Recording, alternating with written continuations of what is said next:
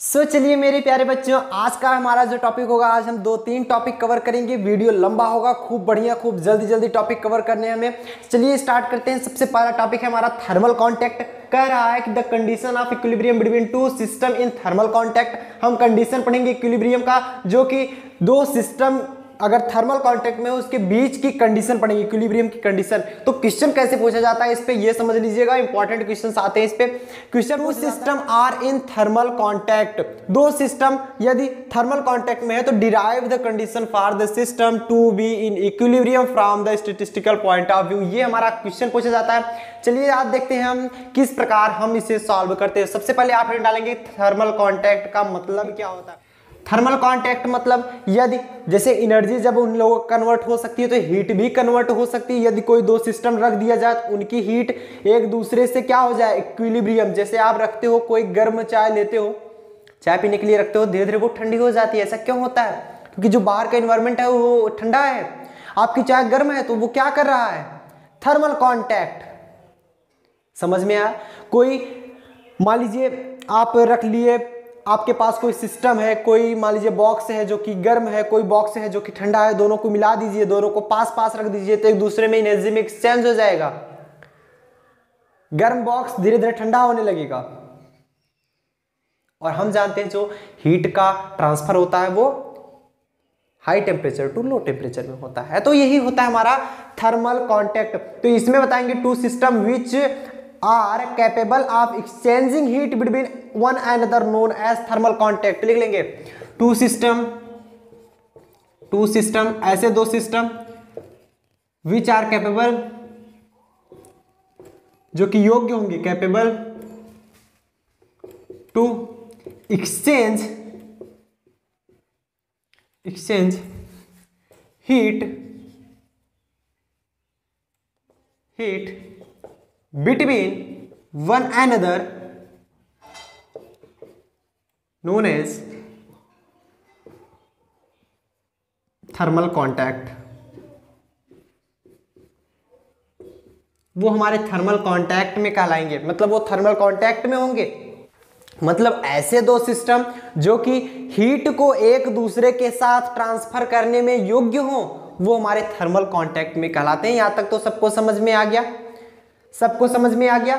हम यहां पर लेट कर लेंगे प्रूफ। हम कर रहा है कि derive the condition for the system to be in equilibrium from the statistical point of view. Statistical point of view से हमें प्रूव करना होगा कि दो सिस्टम यदि थर्मल कांटेक्ट में है, मतलब हीट एक दूसरे का ट्रांसफर कर रहे हैं, तो वो इक्विलिब्रियम में होंगे। ये हमको प्रूव करना है। तो चलिए आप प्रूफ देख लेते हैं। Proof, let we have two system, we have two system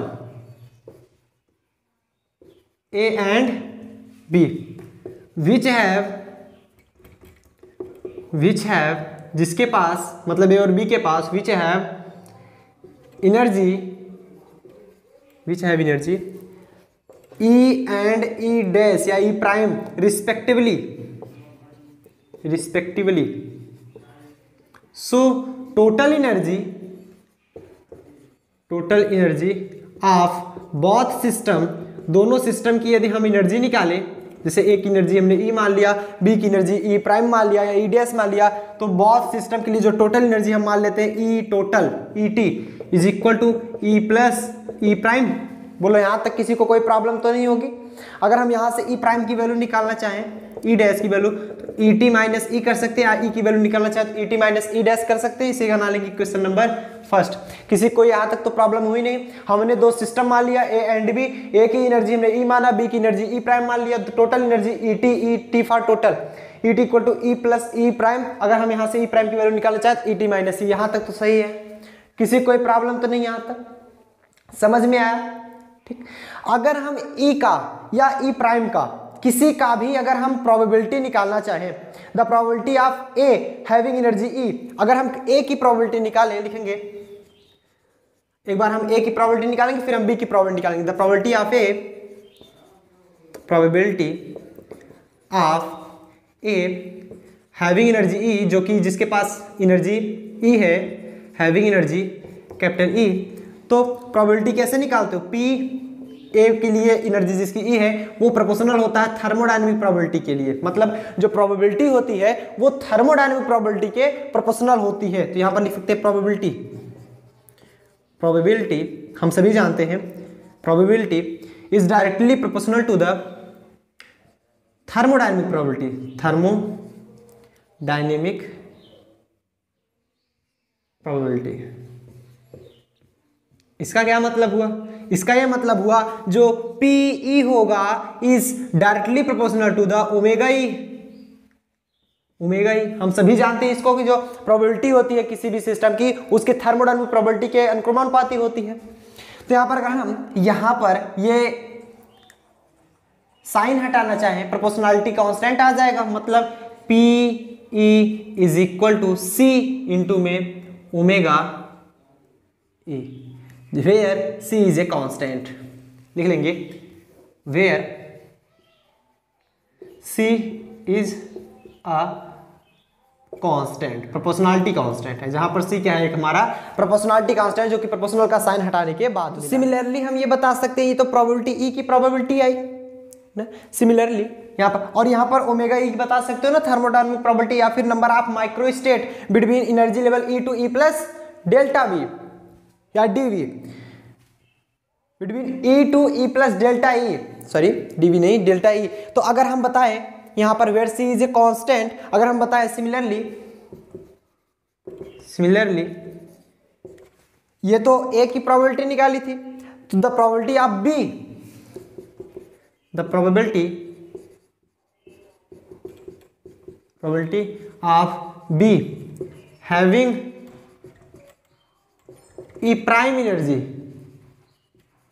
जिसके पास E प्राइम एनर्जी है, अगर हम B की बात करें तो जिसके पास E प्राइम एनर्जी है तो क्या हो जाएगा? PE prime is equal to, यहां पर कोई कांस्टेंट हमने C माना था, आपकी बार कांस्टेंट C प्राइम मान लीजिए, ओमेगा E प्राइम होगा, ओमेगा ई प्राइम। सब लोग सहमत हो कि नहीं? इससे सहमत हो? क्लियर?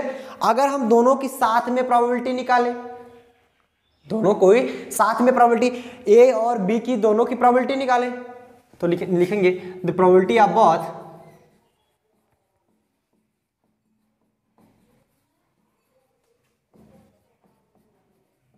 ए एंड बी, दोनों की प्रोबेबिलिटी निकालें, और दोनों साथ साथ यदि हो रहे हैं तो मल्टीप्लिकेशन होता है, दोनों में से कोई एक हो रहा होता तो हमारा एडिशन होता है। और दोनों की देखिए दोनों की प्रोबेबिलिटी निकालें ना, दोनों के साथ साथ की प्रोबेबिलिटी निकाल रहे हैं, हम पहले भी जानते हैं, तो PE प्राइम हो जाएगा, PE prime is equal to क्या होगा? मल्टीप्लीकेशन होगा, इसका मल्टीप्लीकेशन इससे क्या हो जाएगा? C ओमेगा ई multiply C prime omega E prime. ठीक, समझ में आया? तो हम इसको लिख सकते हैं इस प्रकार से C प्राइम ओमेगा ई इंटू में ओमेगा ई प्राइम। ठीक, ये निकला PE कामा ई प्राइम। बोले यहां तक किसी को कोई प्रॉब्लम? यहां तक तो सबको समझ में आ गया? बोलो सबको क्लियर होता है? सब लोग चैट सेक्शन का उपयोग करो, सब लोग लिखो क्लियर होता है ना 100%? यहां तक सबको समझ में आया? अब हम लिखेंगे फॉर थर्मोडायनेमिक प्रोबेबिलिटी, थर्मोडायनेमिक के लिए जो प्रोबेबिलिटी होगी, प्रोबेबिलिटी शुड बी मैक्सिमम, जो प्रोबेबिलिटी होगी वो मैक्सिमम होनी चाहिए। सो हम दोनों तरफ लॉग ले लेंगे, so taking log on both side, दोनों तरफ हम लॉग लेने पर, जब लॉग लेंगे तो ये क्या हो जाएगा? Log PE comma E prime is equal to, इधर क्या हो जाएगा? Log C prime into omega E and omega E prime. बोलो यहां तक कोई प्रॉब्लम तो नहीं हुई? अब हम क्या करेंगे? लॉग A इंटू बी क्या होता है? log A plus log B, तो यहाँ पर क्या है log a into B into C into D, तो log a plus log b plus log c plus log d हो जाएगा, मतलब सबके एडिशन के बराबर हो जाएगा। तो आप करोगे क्या, log p e comma e prime is equal to log a मतलब log c प्लस में log b मतलब log c e prime plus में log ओमेगा e प्लस में log ओमेगा e प्राइम। बोलो समझ में आया, करना क्या था, log a इंटू बी बराबर log a plus log b, तो ऐसे log a into B into C into D बराबर क्या हो जाएगा, log a plus log b plus log c plus log d। Clear हो रहा है ना, समझ में आ रहा है कि नहीं समझ में आ रहा है। फॉर मैक्सिमम के लिए एक कंडीशन होती है, आपको याद करना पड़ेगा। फॉर मैक्स के लिए जो कंडीशन होती है कि डेल अपान डेल ई के रिस्पेक्ट में अगर हम इसका log p e comma e prime is equal to 0, तो ये क्या होता है, 0 होता है फॉर मैक्सिमम के लिए। जब हमें मैक्सिमम के लिए ही निकालना है, मैक्सिमम होगी ये हमें प्रूव करना होगा, तो हम क्या करेंगे, इसका डिफरेंशिएट कर देंगे। इसको बना लो इक्वेशन नंबर सेकेंड, ये बनाए थे इक्वेशन नंबर फर्स्ट, तो differentiating equation number second with respect to E के रिस्पेक्ट में करेंगे तभी तो इसकी वैल्यू 0 आएगी। हम इक्वेशन नंबर सेकंड को ई के रिस्पेक्ट में डिफरेंशिएट करेंगे। सो इतना फटाफट से सब लोग नोट डाउन करेंगे, सब लोग नोट डाउन करेंगे इतना। किसी कोई प्रॉब्लम, चैट सेक्शन का उपयोग करो, किसी कोई problem. Differentiating equation second, differentiating equation second with respect to E के रिस्पेक्ट में हम इक्वेशन सेकंड को डिफरेंशिएट करेंगे। आइए कर लेते हैं इक्वेशन सेकंड को हम डिफरेंशिएट। जब करेंगे ई के रिस्पेक्ट में तो इक्वेशन सेकंड क्या हो जाएगा, del upon del E log P E comma E prime is equal to, ये क्या हो जाएगा, कांस्टेंट, कांस्टेंट का डिफरेंशिएशन 0, ये भी कांस्टेंट, कांस्टेंट का डिफरेंशिएशन 0, तो लिख देंगे 0 प्लस 0, 0 प्लस 0 प्लस में इधर आइए देखते हैं log omega E, log omega E क्या हो जाएगा, del upon del E log omega E, ठीक।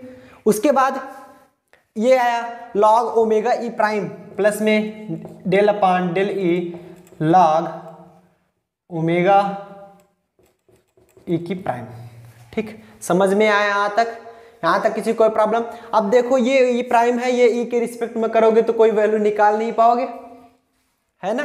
तो हमें ई प्राइम बनाना है इसको। जब ई प्राइम बनाएंगे तो हम क्या कर सकते हैं, इसको कुछ ऐसा भी लिख सकते हैं, इसकी वैल्यू तो 0 हो गई, इज इक्वल टू ये तो हट गया हमारा del upon del E log omega E plus में del upon del E prime log, हमने किया क्या देख रहे हो, del E prime upon del E prime से मल्टीप्लाई कर दिया, डेल ई प्राइम से मल्टीप्लाई भी किया और डेल ई प्राइम से मैंने डिवाइड भी कर दिया, बात तो वही हो गई। हमें क्या करना है, इधर डेल ई प्राइम लाना है तो हमने ला लिया, डेल ई प्राइम इधर आ जाएगा, ठीक। इनटू में लॉग ओमेगा ई की प्राइम इधर बचा, ऊपर तो हमारा डेल ई प्राइम अपान में ये डेल ई इधर चला गया, डेल ई, भाई क्या किए, इसको हमने इधर कर दिया, इसको हमने इधर कर दिया, कोई प्रॉब्लम नहीं होनी चाहिए। अब हम देखेंगे सिंस फ्रॉम इक्वेशन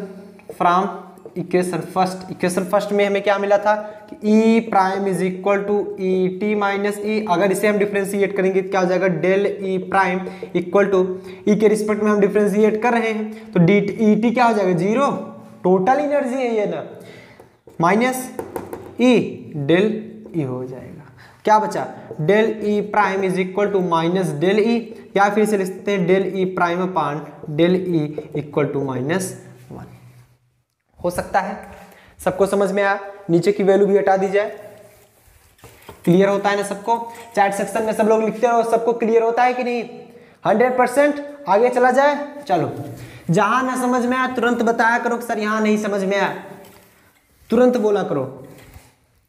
अब देखिए del E prime upon del E की वैल्यू हम रख सकते हैं -1, बोलो रख सकते हैं। सो ये तो 0 is equal to del upon del E log omega E, यहां पर इसकी जगह जब माइनस रखेंगे तो माइनस हो जाएगा del upon del E prime log omega E prime हो सकता है।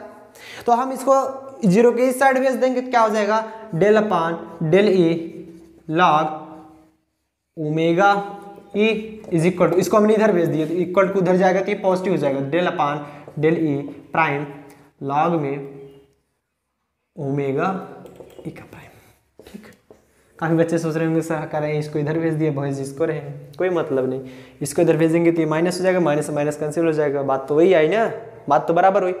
तो this is a required condition, यही हमारी कंडीशन थी जो हम निकाल रहे थे। तो इसको लिखेंगे यहां पर, this is required condition of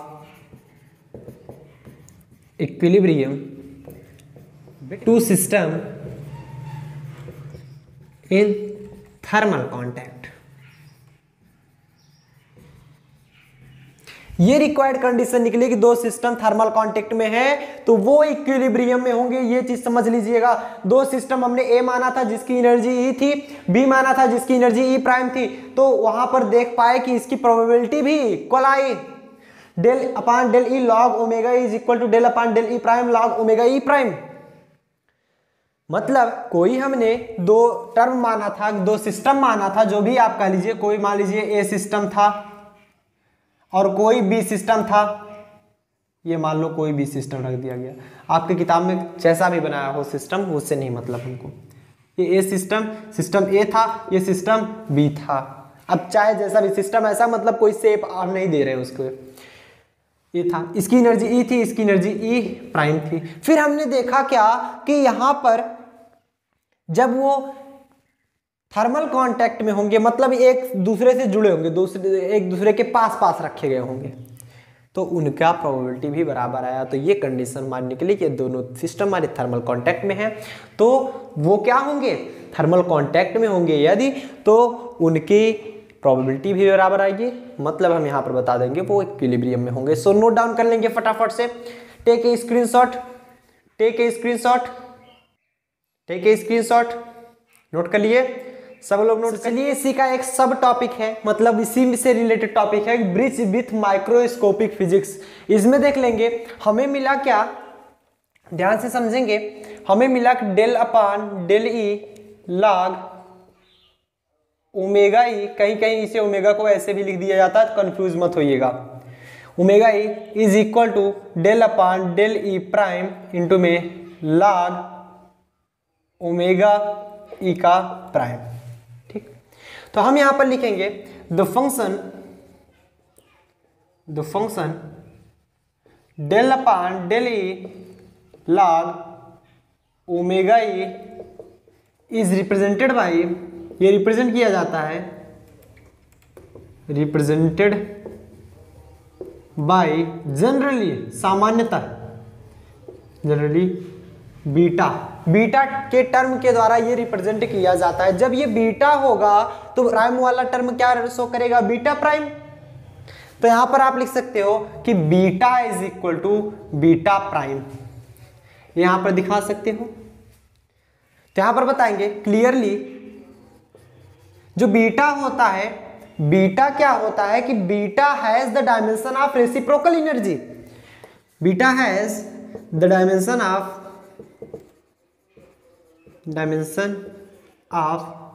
reciprocal energy.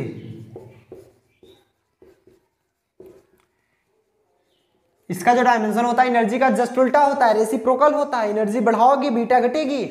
According to statistical mechanics this, according to statistical mechanics,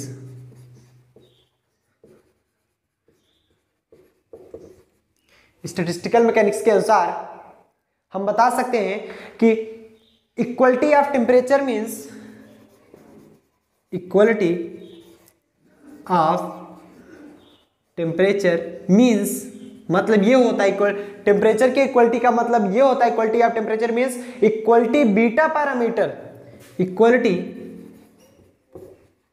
beta parameter, parameter मतलब यहां पर हम ले लेंगे taking KT at dimension of energy, taking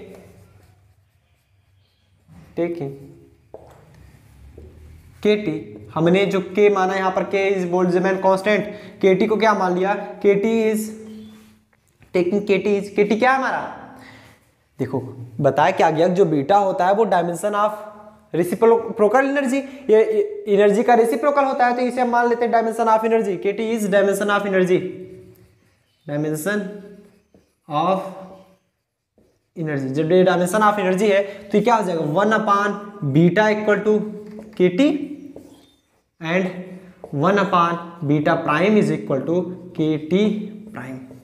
मतलब इसका जस्ट उल्टा होता है, केटी यहां पर हमने तो बताया equality of temperature means equality of beta parameter, और हम जानते हैं कि केटी क्या है, डायमेंशन ऑफ एनर्जी, और सबको पता है जो बीटा होता है डायमेंशन ऑफ एनर्जी का रेसिप्रोकल होता है, अगर डायमेंशन ऑफ एनर्जी है इसका जस्ट उल्टा होगा, तो 1/बीटा इक्वल टू केटी एंड 1/बीटा prime equal to KT prime, where K is Boltzmann constant, where K is Boltzmann constant, Boltzmann constant. So चलिए मेरे प्यारे बच्चों, अब हम आ जाते हैं मोस्ट इंपॉर्टेंट टॉपिक के बारे में। सबसे पहले आप देखेंगे पूछा जा रहा है एंट्रोपी एंड प्रोबेबिलिटी, जो हमारा टॉपिक है, या फिर बोल्ट्जमैन रिलेशन के बारे में पूछा जाता है, तो इस पे रिलेटेड किस प्रकार क्वेश्चंस आते हैं पहले वो देख लेते हैं। मतलब मोस्ट इंपॉर्टेंट क्वेश्चन है, कई बार पूछा भी जा चुका है, इसलिए आप इसे बहुत ध्यान से पढ़िएगा। चलिए देखते हैं क्वेश्चन, पहला आपका क्वेश्चन किस प्रकार पूछा गया था। मोस्ट ऑफ द क्वेश्चन यही पूछे गए थे, हालांकि थोड़ा सा और चेंजिंग करके पूछा जा सकता है, लेकिन पूछा यही जाएगा। कह रहा है deduce Boltzmann entropy probability relation, आपको बोल्ट्जमैन एंट्रोपी प्रोबेबिलिटी रिलेशन दिखानी है, मतलब एंट्रोपी और प्रोबेबिलिटी में रिलेशन दिखाना है, जिसे हम बोल्ट्जमैन ने दिखाया था, यस बराबर के log ओमेगा ई, ये आपको प्रूव करके दिखाना है। वहां पर यस क्या है, एंट्रोपी है, ओमेगा ई क्या है, यहाँ पर प्रोबेबिलिटी है, थर्मोडायनामिक प्रोबेबिलिटी जिसे आप बोलते हो। या फिर दूसरा क्वेश्चन इस प्रकार पूछा जा सकता है कि डिफाइन एंट्रोपी एंड प्रोबेबिलिटी, आपको एंट्रोपी और प्रोबेबिलिटी को डिफाइन करना है, मतलब डिफिनीशन बतानी है कि एंट्रोपी की डिफिनीशन क्या होती है एंड प्रोबेबिलिटी की डिफिनीशन क्या होती है। फिर कह रहा है कि प्रूव बोल्ट्जमैन थ्योरम, आपको बोल्ट्जमैन थ्योरम प्रूव करना है connecting entropy and probability, entropy और प्रोबेबिलिटी से रिलेटेड बोल्ट्जमैन थ्योरम भी आपको प्रूव करना है, मतलब आपको एंट्रोपी और प्रोबेबिलिटी को डिफाइन करना है। फिर चल के आपको एंट्रोपी और बोल्ट्जमैन थ्योरम प्रूव करना है, वो भी बोल्ट्जमैन ने कई थ्योरम दिए थे अलग अलग कंडीशंस में, तो वो किसके रिलेटेड करना है, connecting entropy and probability, entropy और प्रोबेबिलिटी के बीच में जो रिलेशन दिए थे वो रिलेशन आपको प्रूव करना है, जो कि हमारा यस बराबर के log ओमेगा ई होता है। तो पहले क्वेश्चन में तो आपको डिफाइन नहीं करना है एंट्रोपी और प्रोबेबिलिटी के बारे में, लेकिन अगर पूछा जाए तो आप वहां पर डिफाइन कर देंगे, तो आप अच्छे बच्चे के नाम से जाने जाएंगे ना, ज्यादा नंबर पा जाओगे, नहीं ज़्यादा नहीं पाओगे। जैसे मान लीजिए 7 नंबर का क्वेश्चन है, 5 नंबर का क्वेश्चन है, तो आपको पूरा नंबर दिया जा सकता है, टीचर समझेगा कि हाँ बच्चा पढ़ा है, आप लोग लिख दिया करो। तो यहाँ पर लिखेंगे बोल्ट्जमैन एंट्रोपी प्रोबेबिलिटी रिलेशन, चाहे जैसे पूछ लिया जाए चाहे इसको डिफाइन करने के लिए पूछ रहा है। सबसे पहले हम एंट्रोपी के बारे में पढ़ लेते हैं, एंट्रोपी क्या होता है, एंट्रोपी हेडिंग डालेंगे, एंट्रोपी के बारे में जानेंगे कि ये क्या होता है entropy, the degree of randomness और डिग्री ऑफ डिसऑर्डर या फिर randomness, the degree of randomness या the degree of disorder is known as entropy.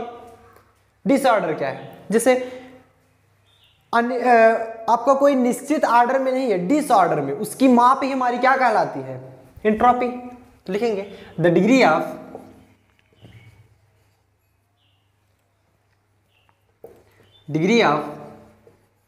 Disorder और डिग्री ऑफ रैंडमनेस इस कार्ड वो कहलाता है हमारा क्या, entropy, and it is represent as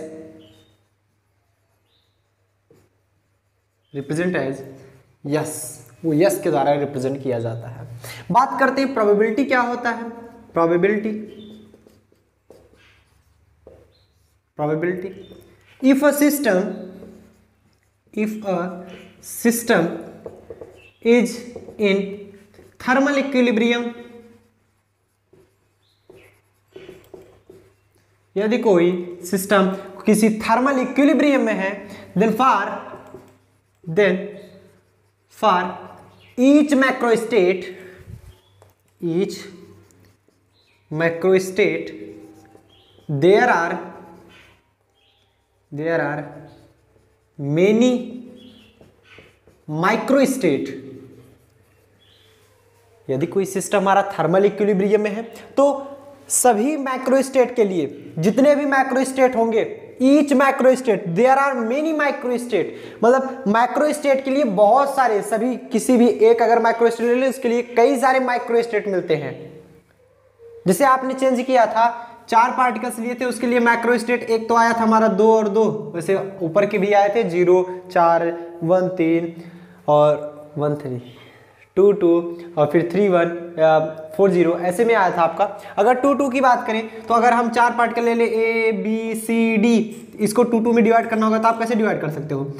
A B इसमें आएगा, C D इसमें जाएगा, हो सकता है A C इसमें आ जाए, B D इसमें चला जाए, हो सकता है A D इसमें चला आए और B C इसमें चला जाए। ऐसे बहुत सारे माइक्रो स्टेट हमें 6 मिले थे उसमें 2 2 के लिए। तो प्रत्येक माइक्रो स्टेट के लिए काफी ज्यादा माइक्रो स्टेट मिलेंगे, which is also known as, या फिर लिखेंगे the number of micro state, the number of micro state is also known as thermodynamic probability, या प्रोबेबिलिटी बोल दे, थर्मोडायनेमिक प्रोबेबिलिटी, या सिर्फ प्रोबेबिलिटी भी बोल सकते हैं, probability. It is represent as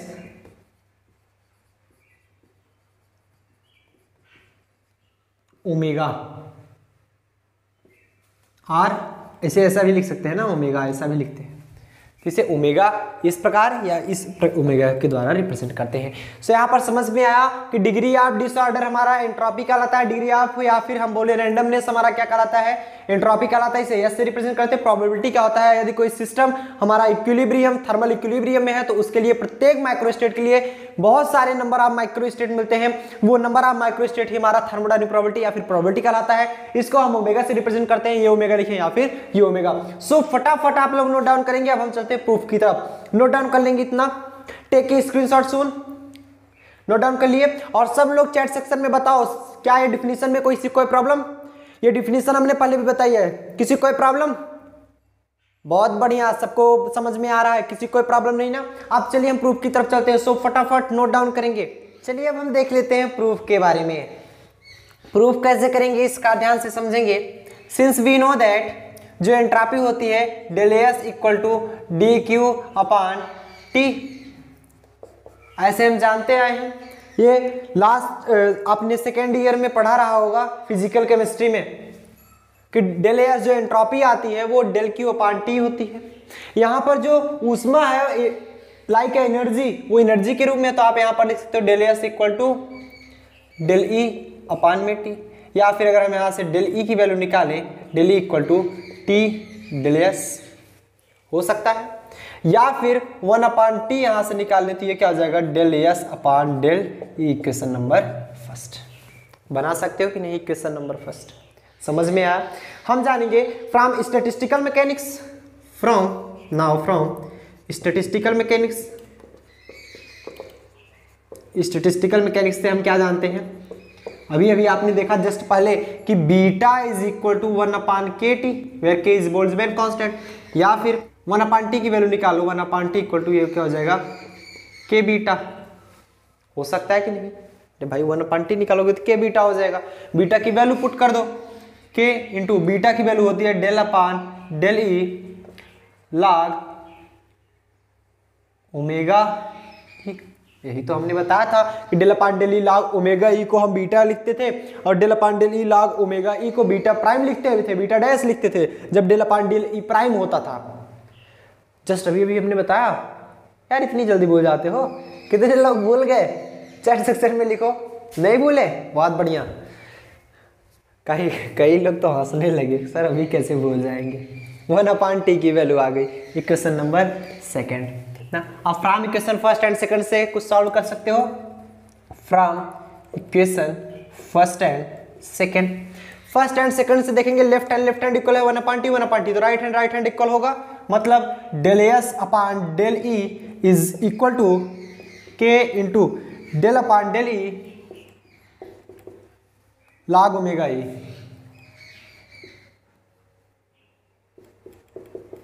ठीक, हो सकता है। इंटीग्रेटेड बोथ साइड,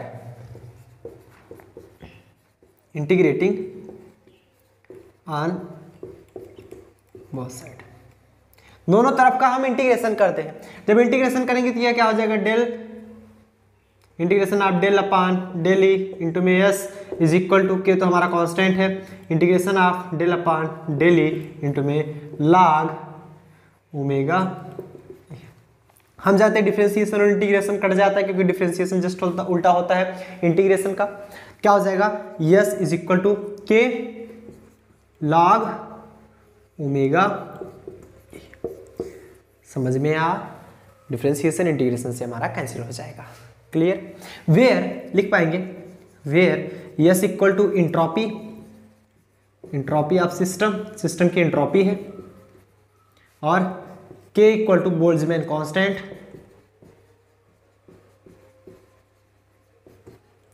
जिसकी वैल्यू होती है 1.38 इंटू 10 टू पावर -23 जूल पर केल्विन।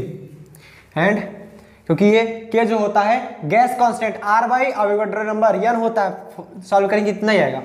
एंड ओमेगा यहाँ पर क्या है, omega is equal to thermodynamic probability, इसी के बीच में हमें रिलेशन दिखाना था, थर्मोडायनेमिक प्रोबेबिलिटी। प्रूफ हुआ कि नहीं, किसी कोई प्रॉब्लम इस प्रूफ में, यहां तक किसी को कोई प्रॉब्लम नोट करेंगे चैट सेक्शन में, कहा सब लोग उपयोग करो। किसको किसको समझ में आ गया सबको 100%? सब लोग बताओ समझ में आया कि नहीं, चैट सेक्शन का उपयोग करो।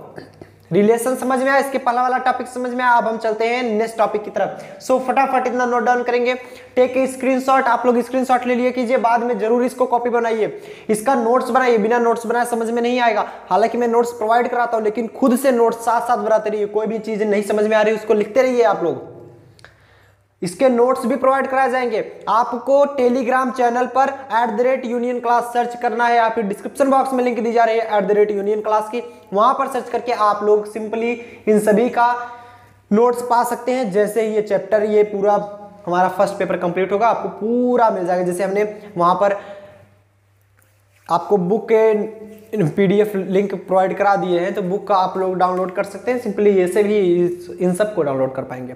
सो नोट डाउन करें। अब हम चलते हैं नेक्स्ट। एक इंपॉर्टेंट क्वेश्चन है जिसे आपको जानना बहुत जरूरी है, क्योंकि ये आपके एग्जाम में आ सकता है। काफी इंपॉर्टेंट क्वेश्चन है, और कई ज्यादा यूनिवर्सिटी में, काफी यूनिवर्सिटी में, अलग अलग यूनिवर्सिटी में पूछा भी जा चुका है। ये मत ध्यान से समझिएगा कि जितने भी टॉपिक पढ़ाए जा रहे हैं सबके यूनिवर्सिटी के लिए एक होंगे, सबके यूनिवर्सिटी के लिए एक नहीं होता। काफी बच्चे कमेंट भी करते हैं, क्या ये हमारी यूनिवर्सिटी के लिए, क्या ये हमारी यूनिवर्सिटी के लिए।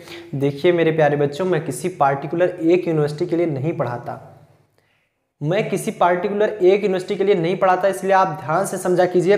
आप अपनी यूनिवर्सिटी का सिलेबस देखिए, सिलेबस देखने के बाद आप डिसाइड कर पाएंगे कौन कौन सा सिलेबस है आपकी यूनिवर्सिटी में, और उसके बाद आप देख करके सिंपली आप पढ़ सकते हैं। अगर ये सिलेबस आपके है एग्जाम में, बोल्ट्जमैन कांस्टेंट, बोल्ट्जमैन रिलेशन जो कि एंट्रोपी और प्रोबेबिलिटी हुआ, आपके एग्जाम में है, तो मेथड यही लगेगा। चाहे जो भी बुक हो, चाहे जो यूनिवर्सिटी में हो, आपका सिर्फ सिलेबस मैच करना चाहिए, आपका टॉपिक मैच करना चाहिए। इसलिए उम्मीद करते हैं आपको समझ में आया होगा कि आपका यदि सिलेबस मैच कर रहा है, पूरा सिलेबस मैच करे, ये संभावना नहीं है, ऐसा हो ही नहीं सकता हर यूनिवर्सिटी का पूरा सिलेबस मैच करे। कुछ ना कुछ सिलेबस इधर उधर रहते हैं, और मैं ज़्यादा से ज़्यादा कोशिश करता हूँ हर एक टॉपिक को कवर करने की, और जितना हो सकता है मैं टॉपिक को कवर करता हूँ। इसलिए आप अपना पॉइंट देख लीजिए, अपना टॉपिक देख लीजिए, जितना टॉपिक आपके सिलेबस में मिल रहा है उतना टॉपिक आप लोग पढ़ सकते हैं। ठीक, और काफ़ी ज़्यादा बच्चे तो पढ़ते हैं, काफ़ी ज़्यादा यूनिवर्सिटी में तो सिमिलर ही है, एक जितना मैं पढ़ा रहा हूँ सब टॉपिक मिल जाते हैं। ठीक, चलिए देखते हैं इस क्वेश्चन के बारे में। क्वेश्चन क्या कह रहा है कि यूजिंग, जैसे यही क्वेश्चन मान लीजिए, क्या एक यूनिवर्सिटी में पूछा गया है, पता नहीं कितनी यूनिवर्सिटी में, अलग अलग यूनिवर्सिटी में पूछा जा चुका है। कभी 2011 में पूछा गया, कभी 2012 में किसी दूसरी यूनिवर्सिटी में पूछा गया, कभी 2002 में किसी दूसरी यूनिवर्सिटी में पूछा गया, कभी 2016 में किसी दूसरी यूनिवर्सिटी में पूछा गया। ये होता है। तो लिखेंगे यहाँ पर using statistical definition, statistical definition का यूज करके of entropy to show that the difference in entropy between a state of volume Vf and a state of volume Vi, यहाँ पर फाइनल वॉल्यूम Vf है एंड इनिशियल वॉल्यूम हम Vi है। ये temperature, the number of molecules remaining constant, यहाँ पर temperature और number of molecules हम कांस्टेंट रखते हैं, is equal to nr log Vf upon Vi, इसके बराबर होगा। मतलब ये क्या रहा है ये समझेंगे, कह रहा है कि आपको इस स्टैटिस्टिकल डिफिनीशन का यूज करके of entropy to show that, आपको दिखाना है कि the difference in entropy between a state of volume Vf and state of volume Vi, मतलब एंट्रोपी में जो चेंजिंग आ रही है, मतलब delta S equal to Vf minus Vi जो होगा वो इक्वल होगा nr log Vf अपान में Vi, इसके बराबर आएगा। ये आपको प्रूव करके दिखाना। चलिए देखते हैं किस प्रकार हम इसको प्रूव करते हैं। हटा दें इसको, आइए देखते हैं। सबसे पहले क्या करेंगे, लेट अस कंसीडर, आपको जितने मैं बोल रहा हूं आप चाहे तो लिख भी सकते हैं, अदरवाइज मैं यहां पर नहीं लिखने वाला, आपको नोट्स प्रोवाइड करा जाएंगे उसमें आप लिख सकते हैं। तो late us consider a box in which the partition x prime, और मैं आपको इधर दिखा भी दे रहा हूं, यहां पर जो पॉइंट है जो मैं बोल रहा हूं इधर आपको दिख रहा है, आप सिंपली उसको नोट डाउन करते चलिए। Let us consider a box and a partition x prime which divided two compartment, जिसे दो कंपार्टमेंट में डिवाइड करता है, और हमने मान लिया कि पूरे की वॉल्यूम Vf है। जब ये कंपार्टमेंट में डिवाइड हो गया तो इसकी वैल्यू मान लीजिए Vi हो गई। तो पूरे का वॉल्यूम जब Vf है, Vf में से Vi घटा देंगे कितना बच जाएगा, Vf minus Vi। First compartment का वॉल्यूम Vi हो गया, सेकंड का Vf माइनस Vi, टोटल का अगर हम निकालेंगे तो Vf है। ठीक, और ये x प्राइम मूव कर सकता है, मूवेबल है। x प्राइम क्या है, ये एक मूवेबल पार्टीशन है। और Vi क्या है, volume of initial state. Let Vi is equal to volume of initial state and Vf equal to volume of final state. यदि हम किसी नंबर ऑफ पार्टिकल को, एक पार्टिकल को यदि Vi में डालें, Vi में, चाहे इसमें डाली चाहे इसमें, मान लेते हैं मैं इसमें डाला, if we put one particle in Vi compartment, तब जो प्रोबेबिलिटी होगी, imagine there a single molecule of an ideal gas present in the box, the probability of molecule to be found in volume Vi at any given instant, the probability of molecule होंगे, if for one molecule के लिए लिख लेंगे for one molecule, एक molecule के लिए लिखेंगे तो probability of, जो probability निकलेगी, probability of one molecule, for one molecule के लिए जो probability आएगी P1 दिखाएंगे, वो क्या होगा, इस कंपार्टमेंट Vi वॉल्यूम अपान टोटल का वॉल्यूम Vf, यही हो सकता है ना। फॉर टू मॉलिक्यूल्स के लिए, फॉर टू मॉलिक्यूल, दो मॉलिक्यूल के लिए कर लेंगे, जब जो प्रोबेबिलिटी जो होगी, probability P2 is equal to, एक के लिए इतना है, दो के लिए भी इतना होगा, मतलब Vi अपान Vf इंटू में Vi अपान में Vf, ये क्या हो जाएगा, Vi अपान में Vf का होल स्क्वायर। ऐसे सिमिलरली फॉर P पार्टिकल या N पार्टिकल, चाहे जो मान लीजिए, जब प्रोबेबिलिटी जो होगी P स्मॉल p के लिए हम मान लीजिए निकाल रहे हैं, तो ये क्या हो जाएगा, Vi अपान में Vf का पावर में P, या N लिख सकते हैं आप N पार्टिकल के लिए। एक के लिए Vi अपान Vf, दो के लिए Vi अपान Vf इंटू Vi अपान Vf, उसका होल स्क्वायर हो जाएगा। तीन के लिए 3 बार मल्टीप्लाई करेंगे क्यूब हो जाएगा, 4 के लिए करेंगे पावर में 4 हो जाएगा, ऐसे P के लिए करेंगे पावर में P हो गया, N के लिए करेंगे पावर में N हो जाएगा, I के लिए करेंगे पावर में I हो जाएगा। ठीक, समझ में आया। इसी प्रकार दिखाएंगे, if n gram mole of perfect gas, ये तो हमारा स्ट्रक्चर है, ध्यान समझिएगा, of perfect gas present in Vi volume of compartment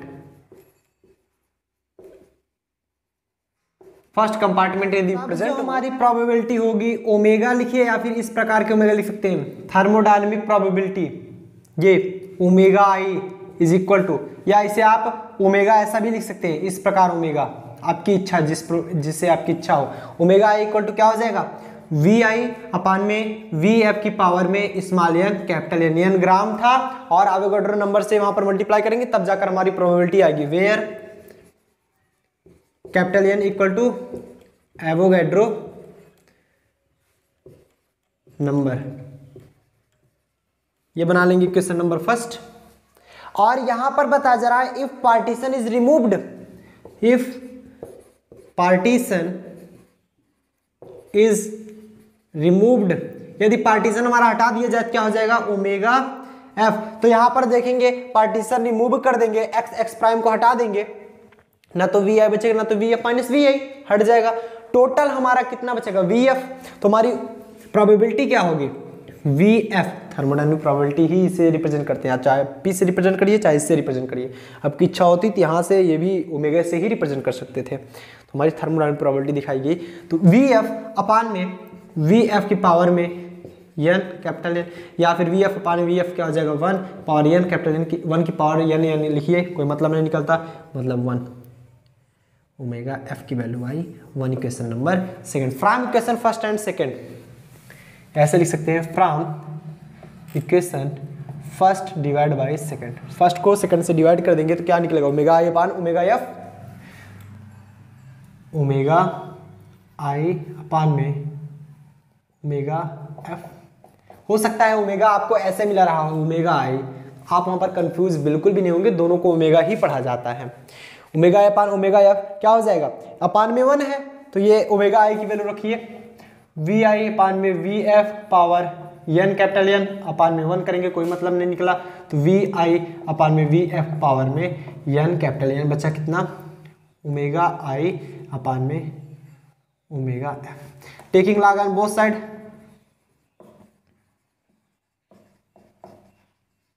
दोनों तरफ लॉग लगेंगे तो ये क्या हो जाएगा लॉग ओमेगा आई अपान में omega F is equal to ये क्या हो जाएगा एन एन आगे आ जाएगा, क्योंकि लॉग एम पावर एन क्या होता है एन लॉग एम इंटू में लॉग वी आई अपान में वी एफ होगा, मल्टीप्लाई विथ बोल्ट्जमैन कांस्टेंट के साथ हम मल्टीप्लाई कर देंगे, कांस्टेंट के मल्टीप्लाई कर दिए दोनों तरफ बोल्ट्जमैन कांस्टेंट से, आप क्या हो जाएगा बोल्ट्जमैन कांस्टेंट से मल्टीप्लाई करेंगे तो क्या हो जाएगा हमारा के लॉग ओमेगा आई अपान में omega F is equal to ये एन के capital N log V I upon में वी एफ। तो यहाँ पर के इंटू एन क्या होता है सिंस आर होता है, कैसे वी आई अपान में वी एफ, सिंस आर हम जानते हैं Boltzmann constant K equal to R by N, तो यहाँ पर क्या हो जाएगा आर इक्वल टू एन के होगा कि नहीं, एवोगैड्रो नंबर है, ये गैस कांस्टेंट है एन के, तो ये क्या निकला के लॉग ओमेगा आई पान में omega F. Equation number third, तो हमें निकालना है क्या difference in entropy between a state of volume V F and state of volume we I. We F और वी आई में क्या निकालना है हमें डिफरेंस, कैसे निकालोगे वी आई वी एफ में, तो आप निकालेंगे डेल्टा एस, एंट्रोपी जो चेंज आएगी वो S F minus S I होगी, मतलब final entropy S F minus initial entropy S I. तो एस एफ की वैल्यू क्या रखोगे, अभी अभी हमने जस्ट पहले दिखाया एस बराबर के लॉग ओमेगा,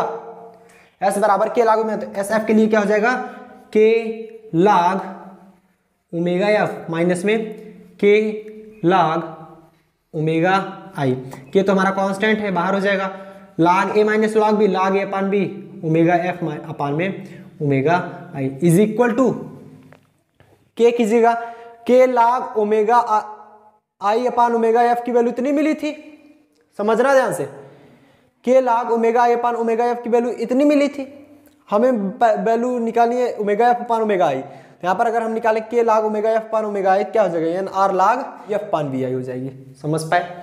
मतलब अगर K log omega I upon omega F बराबर N R log V I upon V F है, तो K log omega F upon omega I क्या आ जाएगा, N R log V F upon V I होगा ना। तो यहां पर लिख देंगे हम equal to K log omega F upon omega I की जगह पर N R log V F upon V I, ये आई चेंज इन एंट्रोपी। क्या है प्रूफ कर पाए हम, क्या हम प्रूफ कर पाए, प्रूफ हमें यही करना था N R log V F upon V I. So note down करेंगे फटाफट से, सब लोग यहां तक नोट डाउन करेंगे, किसी को कोई प्रॉब्लम समझ में आ। देखो अगर ये चीजें न समझ में आ रही हो कि कैसे वी omega F upon omega I करने के बाद 1 अपान आर एन आर क्यों नहीं हुआ, इसका भी कारण है, इसका भी कारण है। कैसा कारण देखो, समझना ध्यान से। हम के log omega I upon omega F को निकाल रहे थे ना, इधर देख लो, ध्यान से देखेंगे समझ में आ जाएगा। K log omega I upon omega F करेंगे तो K log omega I minus K log omega हो सकता है ना, log A upon B log A minus log B, ठीक, is equal to N R log V upon V F है तो N R log V I minus में N R log V F. किसी को कोई प्रॉब्लम नहीं होनी चाहिए। अब क्या करेंगे, माइनस कॉमन कर लो सब इधर से, क्या हो जाएगा, K log omega F minus में के log ओमेगा आई, माइनस हमने कॉमन किया, माइनस वाला प्लस हो गया, प्लस वाला माइनस में हो गया, इज इक्वल टू इधर भी माइनस कॉमन कर लो, माइनस माइनस कैंसिल हो जाता है, क्या हो जाता है, N R log V F minus N R log V I. Value क्या मिली, K log omega F upon omega I is equal to N R log V F upon V I.